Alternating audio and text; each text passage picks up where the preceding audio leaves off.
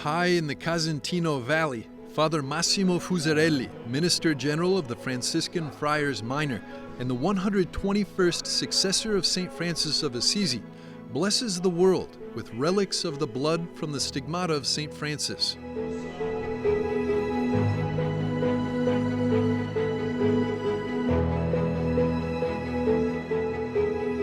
Pilgrims from all over the world gathered at Verna in Tuscany to mark 800 years since St. Francis of Assisi received the Stigmata on this very spot in 1224. For the Franciscan family, and indeed for the whole world, the experience of the Stigmata has great significance. It is about suffering, which finds meaning in looking at the cross.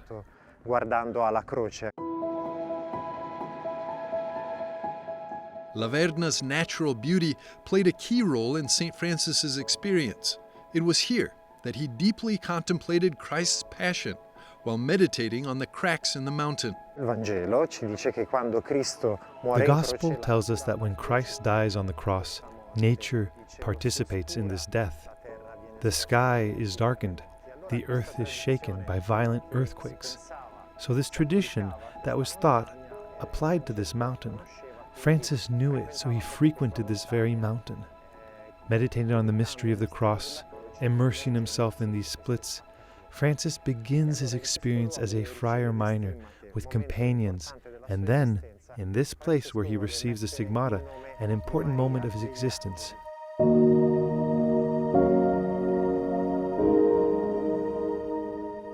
Le stimmate sono da una parte un punto The Stigmata are both a culmination and a new beginning for St. Francis.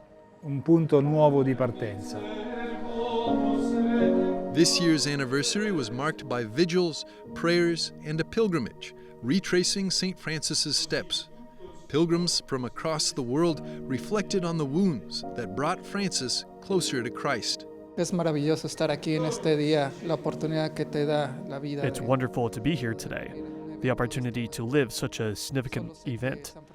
Each day I woke up with strength to keep going despite my wounds. I received much more than I expected. We came here for our honeymoon because St. Francis has been a huge part of our life. My last name also means of the cross, Solibi in Arabic. So it's really special to our marriage. And because when I wanted to be a sister, I asked the Lord that my title could be of the cross. That was like the one thing I wanted. And then I met him when I wasn't called to the religious life, and his last name means of the cross. But yeah, we're here for healing of our families, healing of ourselves, and a holy marriage, and healing of my face.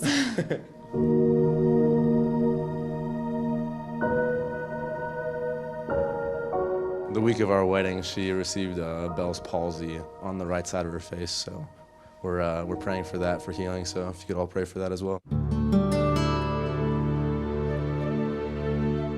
Marilyn and Peter chose to walk barefoot to offer their discomfort as a prayer, mirroring the sacrifices of St. Francis.